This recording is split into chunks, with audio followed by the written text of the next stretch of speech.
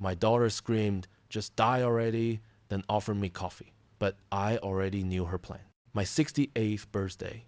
The swimming pool sparkled in the sun. The string orchestra played Time's Happy Birthday asterisk. The guests laughed and talked loudly. I thought, asterisk, maybe this is the happiness that every father wants. Asterisk. But right in the middle of the party, my daughter raised her glass, her voice clear. "Dad, sign over the inheritance to me today." I smiled, shook my head. "No." I do. The glass fell and broke. The wine splashed everywhere. She shouted, "Asterisk, asterisk, then just die." Asterisk, asterisk, then took a deep breath, changed her voice to sweet. "Let me make you a cup of coffee." I nodded, calm.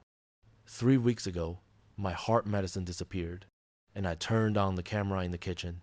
When she turned her back, pouring the white powder into the cup, I whispered, "Look, the squirrels are destroying your mother's garden again." She turned away. I switched the 2 cups. She took a sip, paused. "Dad, what did you do?" I slowly lifted his cup, took a sip, eyes never leaving his face, just change places, your choice. I bet 99% of you will hear this, sigh, and scroll past without clicking. Like or subscribe. Even if it only takes a second.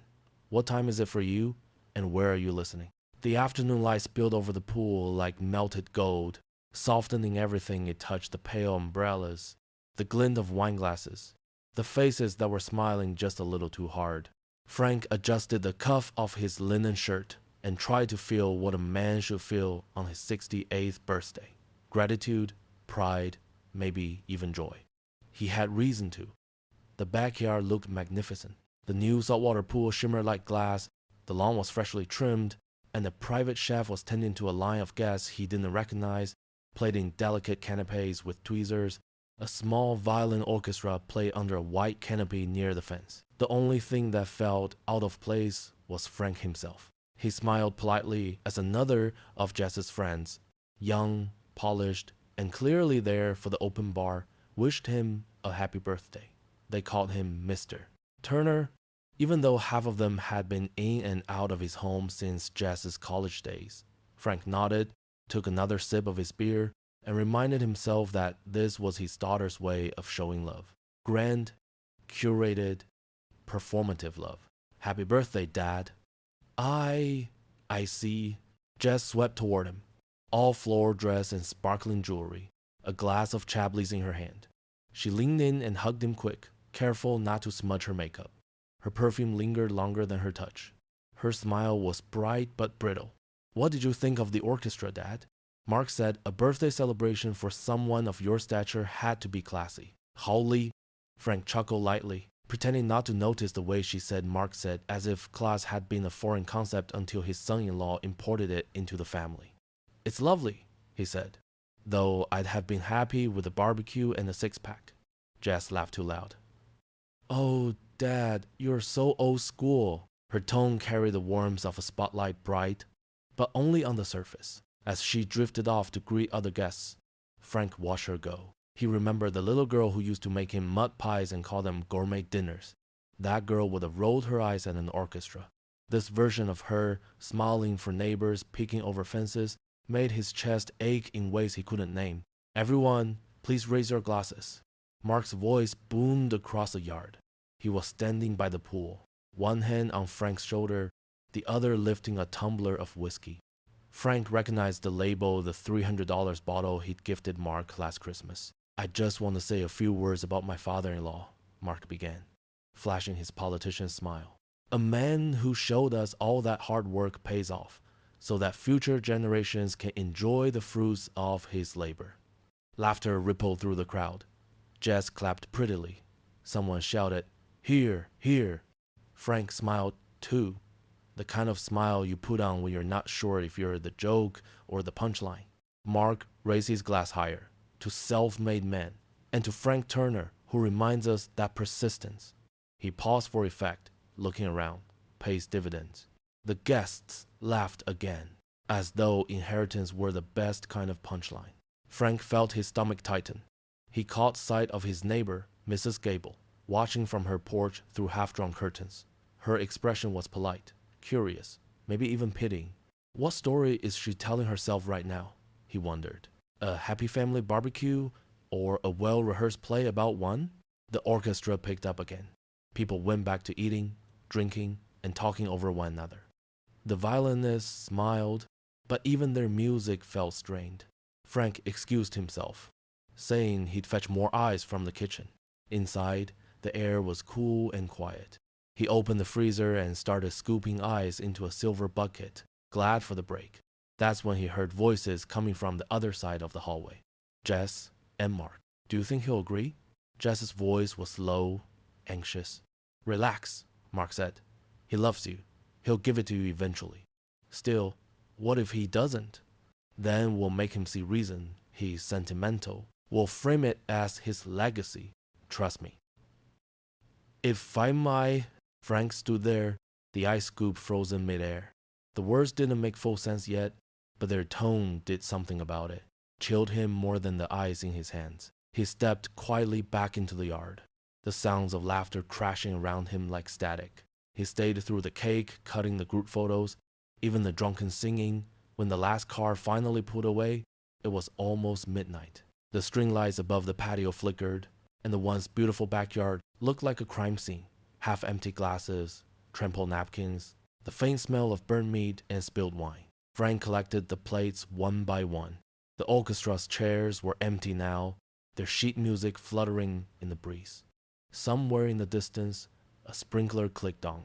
He stopped by the window, looking out at the dark lawn reflected in the glass. For a moment, he saw himself superimposed over the empty tables, the paper crowns, the melting candles. He didn't see a man celebrating his 68th birthday. He saw a janitor, a caretaker of a house whose heirs had already begun measuring the walls for their inheritance. He wiped his hands on a napkin, turned off the lights, and stood in the darkness a moment longer, listening to the faint echo of the evening. Tomorrow, he told himself, he'd ask Jess what she and Mark had been talking about. But deep down, he already knew. That night, as he cleared away the leftover dishes, he looked at his reflection in the dining room window. He didn't see a man celebrating a birthday. He saw a janitor, guarding a house whose heirs had made him part of the furniture. Frank had been expecting them all morning. He'd even brewed a fresh pot of coffee, though he knew it would probably go untouched. The house felt unusually still, the kind of stillness that comes before a storm. Outside, the late afternoon sun stretched across the garden, landing on the pool that hadn't been used since the party. The balloons were gone, but the faint ring of tape marks on the tiles reminded him that the celebration had happened and that something had shifted afterward. At exactly 3 o'clock, the sound of tires crunched over the driveway gravel. Frank checked his watch. Right on time, the doorbell chimed. Jess's voice came first, bright, performative. Hi, Dad, we brought wine. Mark followed her into the living room, his suit perfectly pressed, his smile rehearsed. He set a bottle of Cabernet Sauvignon on the table like a peace offering. The label read, Silver Oak 2015. Expensive, tasteful, and completely out of place. Looks like you've been busy, Mark said, glancing around at the framed family photos and the old bookshelf lined with Frank's leather-bound classics. Beautiful place, always loved this fireplace. Frank gave a small nod. The marble fireplace had been his wife's favorite. She used to decorate it every Christmas with silver garlands and candles that smelled of pine and cinnamon. Now it just smelled faintly of dust. Jess sat down across from him, crossing her legs carefully like someone rehearsing a scene. Dad, Mark's been working on something exciting. It's kind of a family project. Frank folded his hands in his lap. Go on. Day. Mark reached into his briefcase and slid out a glossy binder, setting it on the walnut coffee table. The cover read, Future Wave, a sustainable investment for a sustainable future. Frank, he began smoothly, this isn't just an investment. It's an opportunity for you to create a real legacy for your family. Instead of letting money sit idle in a house that's frankly too big for you alone, you can make it work, grow it, pass something living to the next generation. Of a nice to four. He paused, letting the word legacy hang in the air like incense. Frank studied him. The slick presentation, the buzzwords, the flattery, it was all too polished. He looked down at the coffee table. remembering the nicks and scratches his wife used to fuss about when Jess was a child. Those imperfections had meant life. What Mark was offering now felt like embalming fluid dressed as progress. "So you're asking me to sell the house?" Frank said quietly. Mark hesitated for only a second. "Yes. You'd still keep enough for comfort, of course. But we'd be able to turn a significant portion of your equity into real profit. It's a once-in-a-lifetime project, Frank. The kind people write about in Forbes." Jess leaned forward, eyes bright. "Dad, you wouldn't have to worry about anything. Mark knows what he's doing. It's our chance to make something big for the family." Frank took a slow sip of his coffee. It had gone lukewarm, bitter. He set the cup down carefully. "My answer," he said, voice steady, "is no." Jess blinked. "No? This house is my house," Frank continued. "My money is my money. I earned it. I built it. And it stays here." The room went still. Mark's jaw twitched, but he said nothing. Jess, however, turned red. Her fingers clenched around her wineglass, her voice rising fast and sharp. "You can't say no," she burst out. "You owe us, Dad. You know we promised people, we've told our friends, Mark's parents this was happening. You're embarrassing us." Frank leaned back in his chair, the calm in his tone cutting through her fury. "Your reputation," he said quietly, "is none of my business." Jess stood, trembling. "You're unbelievable. You'd rather let your money rot in these walls than help your own daughter?" "Help," Frank repeated softly. "That's what you call this?" Her lip quivered, but there was no remorse, only rage. "You've always made me feel small," she snapped. "Always reminding me how hard you worked. Maybe it's time you stopped acting like some hero." Frank looked at her, then really looked. The daughter who once ran barefoot across this carpet now looked like a stranger, cornered by her own entitlement. Mark reached for her arm, not to comfort, but to restrain. She jerked away. "Then just die already," Jess screamed. "If you're not going to help us, then just die." The words cracked through the air, sharp and final. Even the clock on the mantel seemed to stop ticking for a moment. Frank didn't move. He didn't shout back. He simply stood, straightened the small stack of papers Mark had left on the table, and placed them neatly beside the unopened bottle of wine. "Thank you for coming," he said evenly. "I think we're done here." Jess's breathing came in rag bursts. Mark gave a small shrug, as if to say, "You brought this on yourself."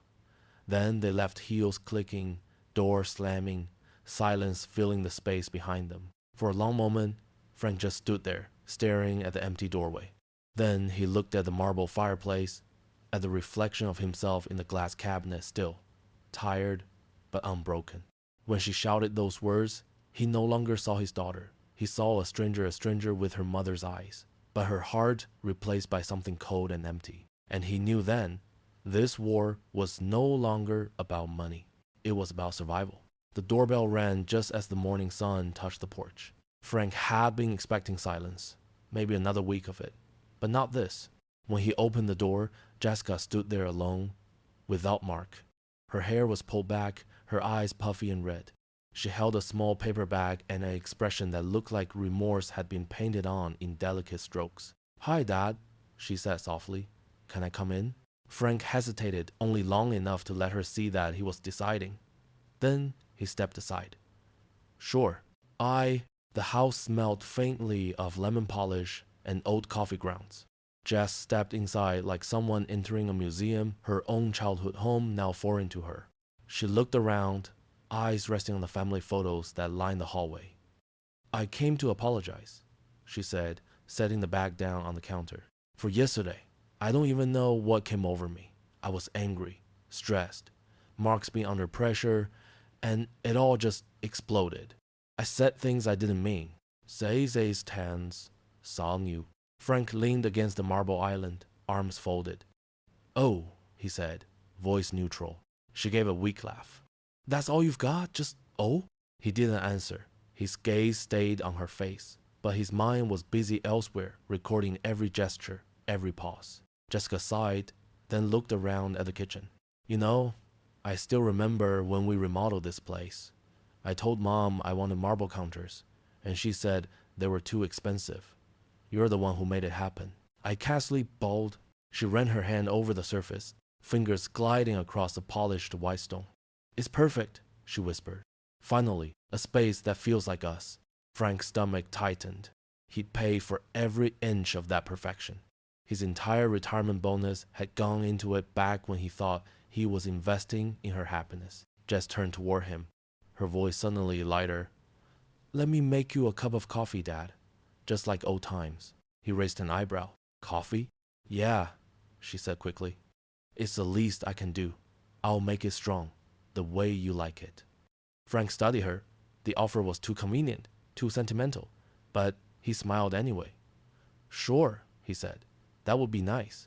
She moved to the counter, busying herself with the espresso machine, the chrome model she'd insisted they buy last Christmas.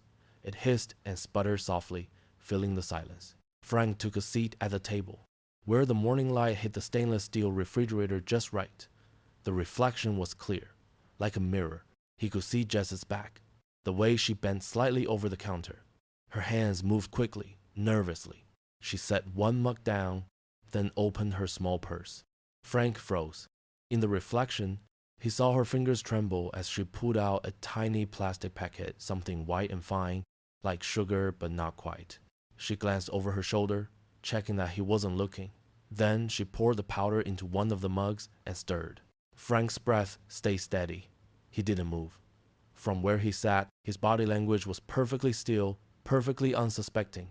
But inside, his heart began to hammer.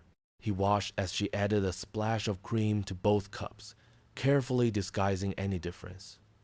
When she turned, her smile was faint but practiced. Here you go, she said sweetly, bringing the two mugs over on a small tray. One for you, one for me. He looked up, forcing a calm smile. Smells good, he said.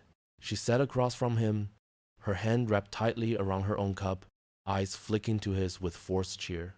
I've missed this, she said. Just us. Frank nodded, lifting his cup. The aroma was strong, bitter, just as he liked it. But his hand hovered for a fraction longer than usual before he took the first sip. He brought it close enough for her to believe it touched his lips, but it didn't. Good? She asked. He smiled faintly. Perfect. For a few seconds, they sat in silence. Then she looked away, pretending to check her phone, and Frank studied her. Her leg bounced under the table. Her knuckles were white around the mug. The act was good, but not perfect. Something inside him clicked into place.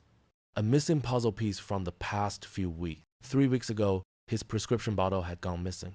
The cardiologist had warned him those pills were strong, lethal if taken in excess. He'd assumed he misplaced them. But now, watching her avoid his eyes, watching the faint tremor in her hand, he understood everything. This wasn't stress. It wasn't guilt. It was desperation. She thought he didn't know. She thought she was saving her marriage, or maybe her pride. But as she took another dainty sip of her own untouched coffee, Frank felt a strange calm settle over him. He set his cup down slowly, making sure it clinked against the saucer the way it always did after a long sip. Her shoulders relaxed, and that's when he noticed his own hand, trembling slightly. Not from fear, from anger contained too long. He tried to hide it, but she saw.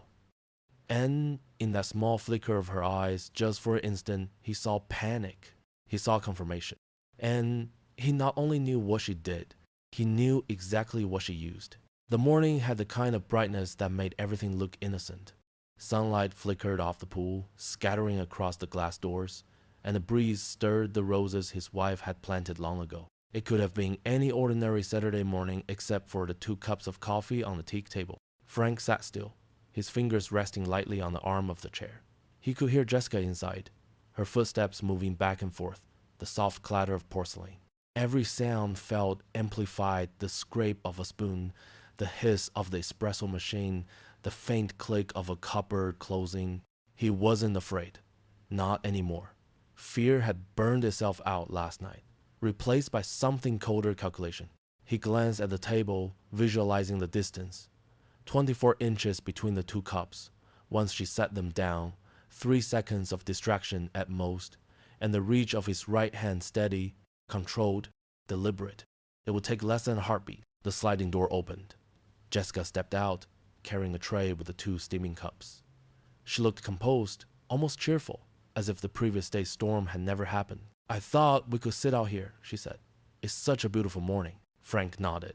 Yes, your mother loved mornings like this. Jessica hesitated, her smile faltering for a moment before she set the tray down on the table between them. The smell of roasted beans filled the air, strong and rich. She placed one cup in front of him, the other across from her. Here you go, Dad. It's hot, so be careful. Her tone was light, but her hands betrayed her. One trembled slightly as she adjusted the handle toward him. Thank you, Frank said softly. They sat across from each other, separated by the shimmering reflection of sunlight on the pool's surface. It was a perfect, peaceful tableau of father and daughter sharing coffee, the illusion of harmony restored. Jessica crossed her legs, tucking a strand of hair behind her ear. I was thinking, she began, maybe we could start over. Forget everything that was said yesterday. Mark was wrong to pressure you. I was wrong to yell. Frank listened, eyes calm, his mind counting. Her pupils dilated slightly when she lied. Her fingers brushed her cup but didn't lift it. She wanted him to drink first. He leaned back, looking toward the garden. You did a beautiful job with the roses, he said, his voice casual. Oh, thanks. I've been trying to... He cut in, pointing toward the far corner of the yard. Ah, would you look at that, the squirrels at it again, tearing up your mother's rose bed. Jessica turned her head sharply. What? Honestly, that thing is a menace. In those 2 seconds, Frank's hand moved like lightning. Not a sound, not a spill. He lifted his cup, swapped it with hers, adjusted the handles precisely as they had been, and folded his hands back together before she turned around. The movement was smooth, practiced the precision of a man who spent decades using steady hands to build things that lasted. It must be gone, he said as she looked back, his tone perfectly even. She frowned slightly, scanning the garden. I don't see it. It'll be back, he said, smiling faintly. It always is. She laughed softly, the tension in her shoulders easing. Then she reached for her cup. Frank watched her fingers curl around the porcelain. His pulse thudded in his throat. Jessica took a small sip, wincing as if it were too hot. You always make it stronger than I do, she said, glancing up with a forced smile. He raised his cup, her cup, and mirrored her. That's the trick, he replied. You've got to let the bitterness settle before you swallow. Their eyes met for a fleeting moment, and something in her expression flickered doubt, unease, perhaps recognition of the irony in his words. Frank set his cup down carefully, pretending to savor the taste. The bitterness was real enough. They talked for a while, small talk about the neighbors, the weather, things that filled the air but meant nothing. Each word felt like walking on glass. He could see her trying to mask her impatience, waiting for him to finish the coffee she believed was poisoned. He could almost hear her thoughts. Just drink it, Dad. Please drink it. She smiled too often, her laugh too quick. When she stood to refill his cup, he placed his hand over it. No, thank you, he said. I've had enough. Jessica sat back down, forcing another smile. You sure? Quite sure. The sunlight shifted, rippling across the water. Somewhere behind them, a wind chime rang softly. Frank studied her face, the faint sheen of sweat along her hairline, the twitch of her jaw as she glanced at her watch. He could see the storm building behind her calm mask. Then, suddenly, she laughed. You know, Dad, you always were too cautious. Even with coffee. Old habits, he said, they keep you alive. She lifted her cup again, taking another sip, perhaps to convince him, perhaps to prove to herself that nothing was wrong. The motion was graceful, confident, but when she set it down, her hand trembled slightly, just enough for the spoon to rattle against the saucer. Frank looked out toward the pool, his voice gentle. You should rest. You seem tired. I'm fine, she said quickly. Just maybe too much caffeine. He nodded, eyes soft but unblinking. That happens. The silence that followed was suffocating. Even the air seemed to pause. And then she smiled, slowly, sweetly. It was the same smile she'd given him when she was 6 years old and had broken the window but thought she could charm her way out of trouble. Only now, it carried something darker. He raised his cup to his lips and smiled back at her. It was the smile of a predator who thought he had cornered his prey. Little did she know she was the prey, and the trap was about to close. For a few moments, everything was perfectly still. The morning sun shimmered on the pool, breaking into ripples of gold each time the wind stirred. Somewhere, a bird chirped lazily. The world had no idea what was happening on the porch of the Turner house, how something irreversible had already begun. Frank sat back in his chair, pretending to read the folded Wall Street Journal on the table. His eyes, however, never left Jessica. She was talking, still trying to fill the silence with small words that bumped awkwardly into one another. You really should let someone take care of this place, Dad. It's too big for you now. Frank nodded without looking up. Maybe, he said. His voice was steady. He turned the page, though the print blurred before his eyes. Jessica picked up her cup again, wrapping both hands around it like she needed its warmth. The coffee's a bit bitter today, Dad. Da Kong Tao. Frank lowered the paper, looked at her, and smiled. Really? Must be the new beans. The pause that followed was short, but it stretched, heavy, infinite. Jessica's smile flickered. She took another sip, as if to test it. Her face tightened, and she coughed lightly, tapping her chest. It's strong, she said, forcing a laugh. Frank said nothing. He set the newspaper aside, his gaze fixed on her face. A faint line appeared between her brows. Then her hand went to her throat. Her breathing hitched once, twice. Dad? She said, uncertainly. What was in this? Her voice cracked. Frank didn't answer. He just watched as she blinked rapidly, confusion and fear beginning to replace her practiced calm. The color drained from her cheeks. Her pupils widened. Dad, she said again, louder this time, almost a plea. What's happening? The porcelain cup slipped slightly in her grip, clinking against the saucer. Her other hand went to her chest, pressing hard. Maybe it's the roast, Frank murmured, his tone even. Too dark for your taste. Jessica's head jerked up. For the first time, real terror filled her eyes. What did you do? She gasped. He didn't move, didn't blink. She pointed at his cup, then at him. What did you do? Frank lifted his cup, her cup, the one she poured the powder into, and took a slow, deliberate sip. The liquid was smooth, rich, perfectly normal. The message landed. Her face twisted, disbelief colliding with horror. No, she whispered. No, that's not possible. Her breathing grew ragged. She tried to stand, but her legs betrayed her. The chair scraped back with a sharp squeal. Dad, please call someone. Frank stayed seated. His expression was calm, almost serene, the way one might look at the end of a long argument finally resolved. Jessica reached toward him, fingers shaking, her eyes wide with the kind of clarity that comes just before panic becomes chaos. I didn't, she tried to say, but her voice broke. She swayed, stumbled against the edge of the table, and the coffee cup toppled, spilling dark liquid across the teak surface. Frank watched as she struggled for breath, her hand clutching the side of the chair, then the air itself. Her knees buckled. The sound she made wasn't a word anymore. It was a small, strangled gasp, half human, half animal. She crumpled slowly, like a marionette whose strings had been cut. For a moment, there was nothing but the soft thud of her body hitting the marble floor. The same floor she'd once admired for its elegance. The same floor she'd walked across in triumph, believing she could control every outcome. Now, it reflected her, the body twisted, one hand outstretched, palm open, as though reaching for something she'd never have again. Frank remained in his chair. The wind shifted, carrying the faint scent of chlorine from the pool. The world went on, oblivious. He leaned forward, resting his elbows on his knees. His heart was pounding, not with fear, but with something heavier, something final. He looked at her still form. You shouldn't have done that, Jess, he said quietly. You never should have brought poison into my house. Her lips moved faintly, but no sound came. The shimmer in her eyes faded to glass. Frank sat back, picked up his coffee cup, and took another sip. It was lukewarm now, bitter but clean.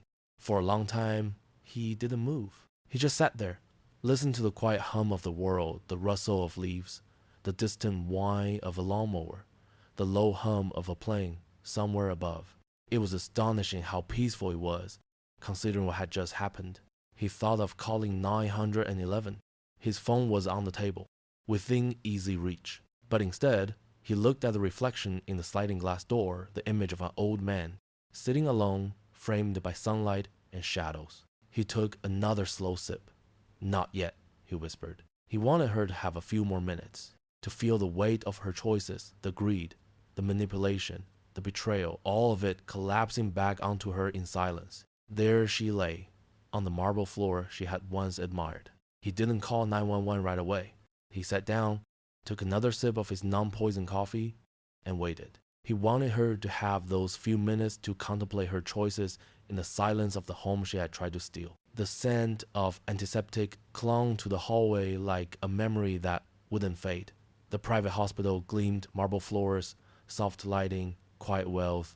Everything about it was designed to soothe, to convince visitors that money could buy calm. Frank walked through the corridor, his reflection trailing beside him in the glass panels. His shoes clicked softly against the floor. He could feel the eyes of nurses following him, not out of recognition, but out of curiosity. There was always curiosity when tragedy involved rich families. At the far end, near room 317, Mark stood in conversation with an elderly doctor. His suit was immaculate charcoal gray, crisp white shirt, a tie that screamed control and confidence. His voice carried just enough volume to be overheard. "Doctor," Mark said, the picture of concern. "I'm really worried about my father-in-law. He's been different lately, forgetful. He's been taking all kinds of medications, heart pills, something for his blood pressure. We think maybe he mixed them up with artificial sweeteners. He just wanted to make Jess a special coffee. And, well, this happened." He gave a weary sigh, lowering his head slightly, as if the weight of sorrow was too much for him to bear. The doctor nodded sympathetically. "We'll run a full toxicology screen, of course. It might help us understand what went wrong." Alder and Ribery Mark reached out and briefly touched the doctor's arm. "Whatever it takes, doctor. We just want to help him." The performance was perfect. The timing, the phrasing, the subtle glances toward the nearby nurse, all deliberate. Frank watched from a distance, his jaw tightening. Mark was making sure everyone in this pristine corridor heard the same story. The well-meaning but senile father who had accidentally poisoned his daughter. Frank turned away before they noticed him and walked toward the waiting room. He sat down, hands folded, the picture of quiet guilt. He didn't protest, he didn't defend himself, because silence, he knew, was more dangerous than words. A few minutes later, Mark approached him with the face of a man who practiced empathy in the mirror. "Frank," he said softly, "Jess is stable. She's resting. The doctors say it was lucky you brought her in when you did." Frank looked up, his voice steady. "Lucky," he repeated. "Yes, I suppose so." Mark nodded gravely, as if confirming the narrative. "You know, I told them everything, that you were trying to make peace, that you didn't mean for any of this to happen." Frank smiled faintly. "You've always been good with stories, Mark." Mark's smile didn't falter, but his eyes flickered, just for a moment. "We'll get through this," he said, patting Frank's shoulder. "Family first." And inside the hospital room, Jessica lay pale against the sheets, wires, and monitors, tracing the rhythm of her recovery. Her eyes were open but distant. When she heard the door open, she turned her face to the wall. "Jess," Frank said quietly. She didn't look at him. Her voice trembled, perfectly pitched for the audience of machines and nurses outside. "Why, Dad? I know you didn't mean it, but why?" Frank said nothing. He stood by the window, looking out at the hospital gardens below. Her performance was good, better than he expected. Tears slid down her cheek. Real ones, maybe. He almost felt something pity, or maybe nostalgia, but it passed. "I'm sorry," he said softly, though not for what she thought. As he turned to leave, she whispered, "They'll forgive you, Dad. Just get help, okay?" He didn't answer. Outside, Mark was waiting, holding a paper cup of coffee. "You should go home, Frank. Get some rest." "I will," Frank said. "But there's one thing I'd like to do first." "Oh?" "I need to make a call." Mark smiled politely, the kind of smile that hides both relief and arrogance. "Of course. Anything you need." By the time Frank stepped out of the hospital's automatic doors, the sun had begun to set. He walked to his car, unlocked it, and sat in silence for a full minute. The engine hummed softly. He could still hear Mark's voice in his head, smooth and rehearsed. Then he picked up his phone and dialed a number he hadn't used in years. A gravelly voice answered. Frank Turner. Didn't think I'd hear from you again. Hello, Don, Frank said. I need a favor. Financial or personal? Both. If you so, blog, there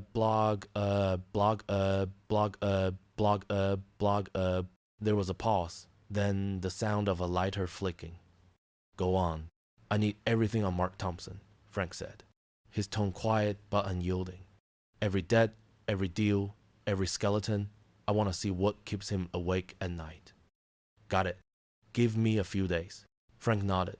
Don't miss a thread. He's clever. Hides behind polish and paper.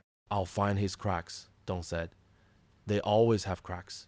3 days later, the email arrived. No subject line. Just a single attachment labeled Thompson Report PDF. Frank opened it in his study, the glow of the screen illuminating the old family photos on the wall. He scrolled slowly, reading every line. Mark's dads were astronomical. Loan sharks. Failed stock trades. Luxury purchases on credit. The business project that had sounded so promising was nothing more than a lifeboat for a sinking man. Frank leaned back, the chair creaking beneath him. He felt no triumph, just clarity. He printed the documents one by one and slipped them into a leather folder. Outside, rain began to fall, tapping against the windows in soft, even rhythm. Frank looked toward the fireplace, toward the photo of his late wife that still sat on the mantel. I think you like this part, he murmured. He's been building a case against me, but he doesn't realize. He opened the folder again, running a finger over the crisp edges of the pages. That with every lie he tells, he's handing me bricks to build the walls of his own prison. I bet 99% of you will hear this, sigh, and scroll past without clicking, like, or subscribe. Even if it only takes a second, what time is it for you, and where are you listening? The courthouse smelled faintly of polished wood and anxiety. Frank sat at the long mahogany table beside his attorney, Richard Bloom, a calm, methodical man with silver hair and the kind of quiet confidence that made judges listen. The courtroom was nearly full. A few journalists had slipped in at the back, pens ready, eager to record the downfall of yet another wealthy family. Frank's hands rested on the table, steady, palms down. He wasn't nervous, not anymore. He'd seen what fear did to people. It made them careless, made them talk too much. Today, silence would be his weapon. Across the aisle sat Mark and Jessica. Mark looked polished, in an expensive navy suit, a touch of humility carefully painted across his face. Jessica, in a cream sweater and pearls, looked fragile, her hand resting dramatically on the folded handkerchief. If she noticed the coldness in her father's eyes, she didn't show it. When the bailiff called the court to order, a hush fell over the room. Your Honor, said Mark's attorney, rising to speak. His name was Gregory Ames, the kind of lawyer who could turn cruelty into compassion with a well-timed pause. We're not here to punish Mr. Cook. We're here to protect him from himself. I've been divorce-free. He gestured toward Frank with a performance-worthy sigh. Mr. Cook has shown clear signs of cognitive decline over the past year, forgetfulness, paranoia, confusion. The tragic incident involving his daughter, Jessica, was not an act of malice but of illness. A man confusing his heart medication with artificial sweetener? It's heartbreaking, Your Honor, but it is also dangerous. A few reporters in the back scribbled eagerly.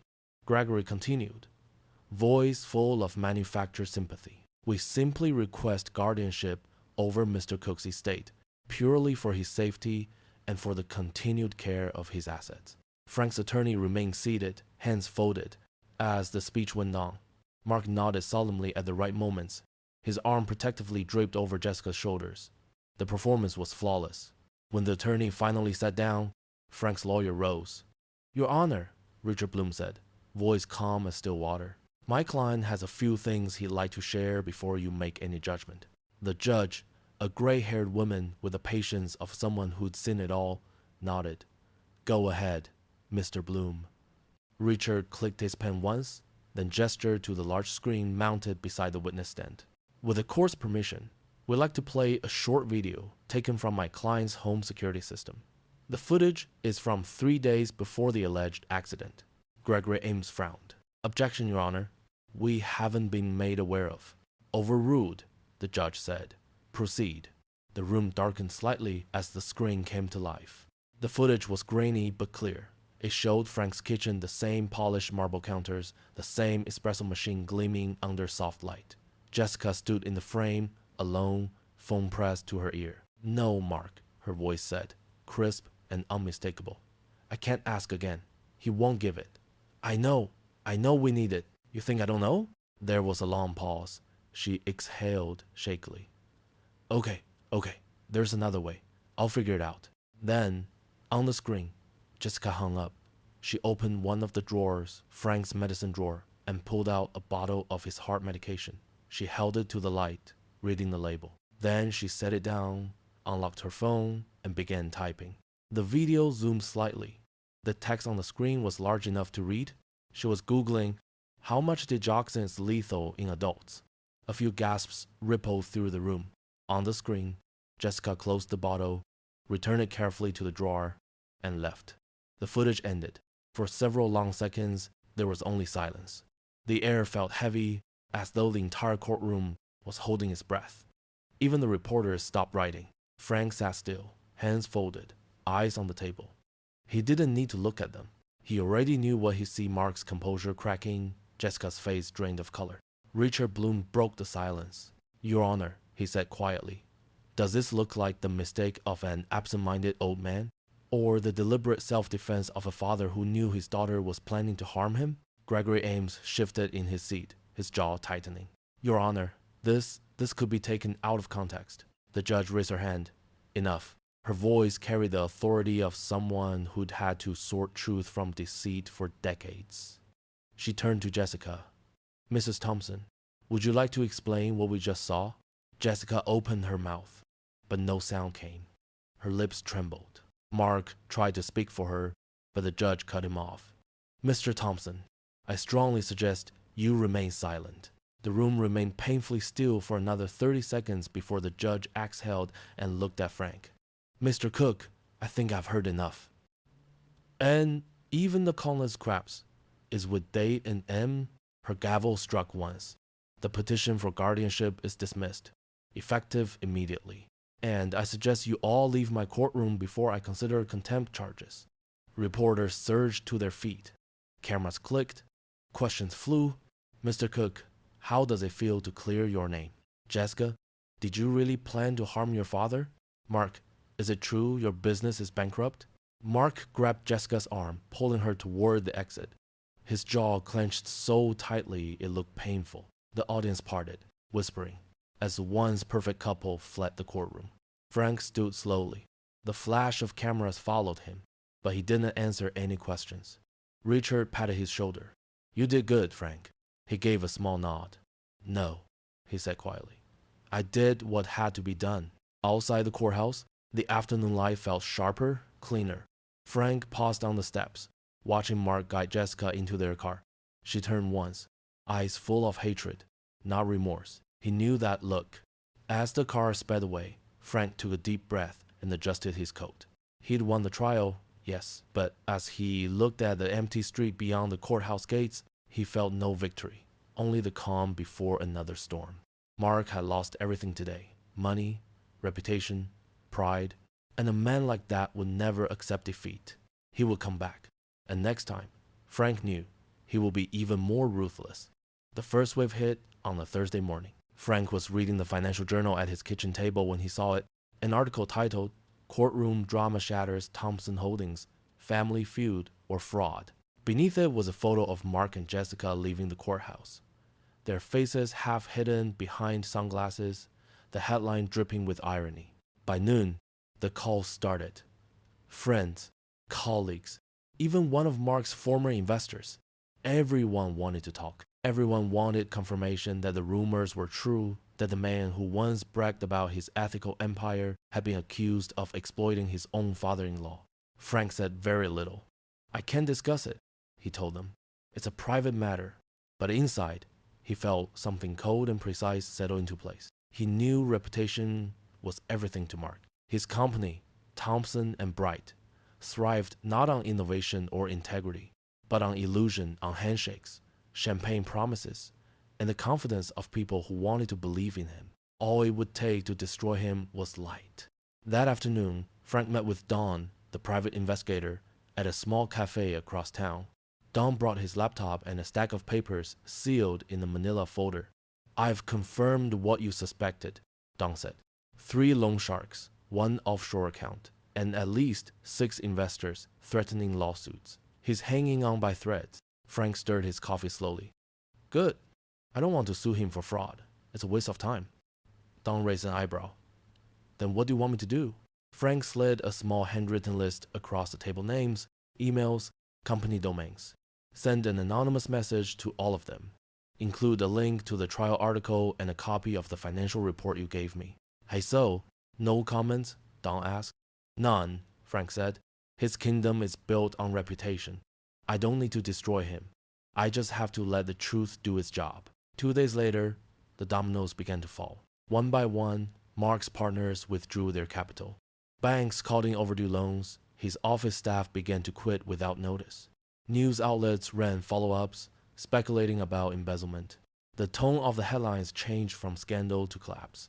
Frank didn't celebrate. He simply watched. At night, he logged into a private server connected to the security cameras still installed in Mark and Jessica's house, the same house he technically still owned, since they never completed the transfer paperwork. The footage streamed quietly across his laptop screen, the once perfect home now a stage for unraveling. Mark paced the marble kitchen, his tie undone, his voice sharp. "It's all your fault! That stupid video! I told you to be careful!" Jessica's voice cracked through the speakers. "Me? Who's drowning in debt, Mark? Who got me into this mess? This was your idea." He laughed a hard, bitter sound. "My idea, sure, but your hand. You're the one the world saw trying to kill your father. Congratulations, you're famous." "Don't you dare throw this on me," she shouted, slamming a glass against the counter. "I lost everything because of you." He leaned close, his words dripping venom. "Then maybe you should have finished the job." "What's this off to?" Frank leaned back in his chair, eyes steady on the screen. The argument spiraled, accusations, curses, the shattering of another glass. Through the feed, he could see the marble kitchen gleaming under the same lights she once used to poison him. Now, it looked like an execution chamber, except this time, they were destroying each other. The next day, Don sent another update. "Thompson and Bright officially filed for bankruptcy. The creditors are circling." "He's finished." Frank only nodded. That evening, the phone rang. Jessica. Her voice trembled through the line, broken and desperate. "Dad, please. I made a mistake. I didn't know what Mark was planning. He's losing it. We're losing everything. I need your help." Frank listened. The sound of her crying was raw, but not unfamiliar. He didn't say a word. He simply waited until the sobbing faded into silence, then hung up. The phone rang again a few minutes later. He let it ring. On his laptop screen, the camera feed still played. Mark and Jessica were back in the kitchen, screaming at each other again, their voices distorted through the speakers. Frank sipped his tea and watched quietly. Through the cameras, he saw them tearing each other apart, their vile words spilling like venom. He didn't intervene. He simply watched their ship slowly sink. A ship they had hauled with their own hands. The knock came just after dusk, 3 slow, uncertain taps. Frank had been sitting in his office, surrounded by the scent of old paper and cedar polish, going through the last of the detective's reports. Outside, the light had turned that soft gold that made every shadow look longer than it should. He knew before he opened the door who it was. Jessica stood on the porch, thin, pale, her once flawless hair now unwashed and limp. The chill in the air made her shiver, but she didn't ask to come in, she just waited. "Dad," she whispered. Frank didn't move. "You still call me that?" She flinched, then nodded. "Please, I just need to talk." He stepped aside. She entered quietly, her heels clicking against the same wood floors she'd run across barefoot as a child. Her eyes swept the living room, landing briefly on the framed photos of her mother. She looked away quickly. They sat in his office, the same room where he used to read her bedtime stories while her mother sewed by the window. The air between them was heavy with the ghosts of everything unsaid. Jessica clasped her hands tightly. Dad, I'll tell you everything. I'll tell the police it was Mark's idea, that he manipulated me, that he made me believe you cut me out forever. But you have to help me. Please. I'm drowning. The debts, the lawyers. Frank watched her carefully. So this isn't an apology, he said quietly. It's a negotiation. Her eyes filled with tears. I just need a chance. You had one. I find the local. Her voice sharpened. You think I don't hate myself? I do. Every day. But I can't survive this. You have money. You could make this all go away. Frank leaned back in his chair. That's the problem, Jess. You still think money makes things go away. Silence stretched between them. Outside, a wind chime clinked faintly. He studied her face, the exhaustion, the cracks in her defiance. For a brief, painful second, he saw the little girl she used to be, clutching his hand at her mother's funeral, asking why people had to die. Then the moment passed. He opened a drawer and pulled out a worn photograph, placing it gently on the desk between them. Jessica frowned. What is that? Something you should see, Frank said. Do you know when Mark became who he is? When he learned how to lie so perfectly? She didn't answer. He slid the photo closer. It was old. The corners bent a picture of Mark's so-called business partner standing beside a familiar woman on their back patio. His wife. Jessica's eyes widened. What is this supposed to mean? Frank's voice was low, steady. He didn't just show up in your life by chance, Jess. He was in mine first. He reached into another folder and laid down a stack of papers. The detective's report. This is about your mother's death, her accident. The night she fell down the stairs while was out of town. Jessica stared at him, unblinking. Do you know who was here that day? Frank continued. Who came to see her, to ask for money for one of his schemes? Jessica's breath caught. No, Mark, Frank said simply. He came to the house. She refused him.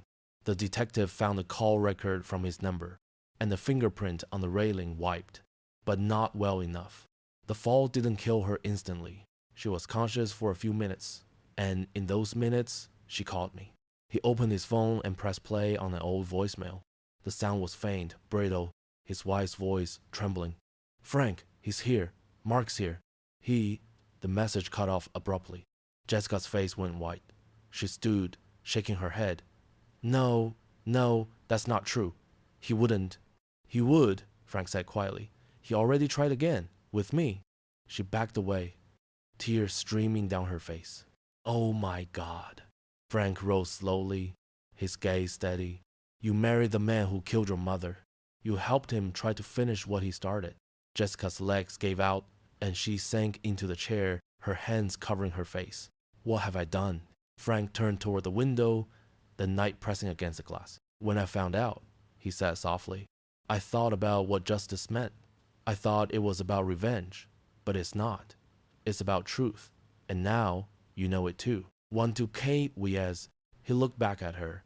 She was staring at the photograph on the desk, eyes wide with horror, realization dawning in every muscle of her face. The photo reflected faintly in the glass of the window behind her, his wife's smile beside Mark's, frozen in time. Jessica turned to him, voice barely a whisper. Dad, what are you going to do? Frank's eyes hardened. He stared at the photograph, then at her. The poisoning, he said quietly, wasn't Mark's first crime in this house. He paused. It was only the last. I bet 99% of you will hear this, sigh, and scroll past without clicking. Like or subscribe. Even if it only takes a second, what time is it for you, and where are you listening? It took nearly 3 months for everything to unravel. Jessica's statement came first, a trembling confession that turned the poisoning case into something much larger. The police reopened the file on Sarah Cook's death. The old evidence, once dismissed as accident, was examined again in a new light. Mark's fingerprint on the railing, the call log, the financial motive, piece by piece, the puzzle came together. Frank didn't feel triumph when the detectives left his house that night, only a quiet exhaustion. He spent years building, losing, defending. Now all he wanted was silence. 2 weeks later, the news broke. Police had entered Thompson and Bright's gleaming downtown office just before noon. While Mark was giving a presentation to the last of his investors, cameras caught it all the officers in dark suits, the cuffs clicking shut, the stunned faces of his colleagues. He tried to smile for the cameras. That same confident grin he'd used to sell lies for years. But it faltered. By evening, his arrest was on every financial news channel. Fraud, embezzlement, conspiracy, and suspicion of homicide. His empire was gone in a single afternoon. Frank watched it unfold on television from his living room. The sound was low, the room dim. When they showed Mark being led away between two officers, Frank reached for the remote and turned the screen off. It was over. A month later, he began packing. The house had become a mausoleum of memories. Sarah's laughter in the kitchen, Jessica's piano lessons in the den, the long hallway that echoed with every argument. He walked through each room slowly, touching the walls, the door frames, the life he'd once built. The realtor asked if he was sure. "It's a beautiful home, Mr. Cook. You could keep it. Rent it out." "No," Frank said gently. "It's time for it to belong to someone else." When the sale papers were signed, he didn't look back. He moved into a smaller apartment by the ocean. Mornings smelled of salt and coffee instead of polished wood and regret. He took up writing a memoir, maybe, or just a long letter to no one in particular. Something about legacy, about how sometimes defending what's right meant losing everything else first. One afternoon, an envelope arrived. The handwriting was familiar Jessica's. She wrote from prison. She spoke of therapy, of remorse, of trying to become someone her mother might have been proud of. She said she finally understood what Frank had been trying to protect. Frank read the letter once, folded it neatly, and placed it in a drawer. He didn't write back. Some stories, he knew, didn't need sequels. Instead, he drove to the cemetery. The air was crisp, the sky the color of silver glass. He stood before Sarah's grave, the grass freshly trimmed. "I promised you I'd take care of her," he said softly. "I failed. But I kept my promise to protect our family's honor. Now you can rest in peace." All the say. He placed a single red rose on the stone, then turned toward the ocean breeze. When he returned home that evening, he closed the door of his new place for the first time, not with anger, but with quiet, profound relief. His legacy wasn't the house or the money or even justice in the courtroom. It was the honor he'd fought to defend. And now, finally, he could begin building something new for himself.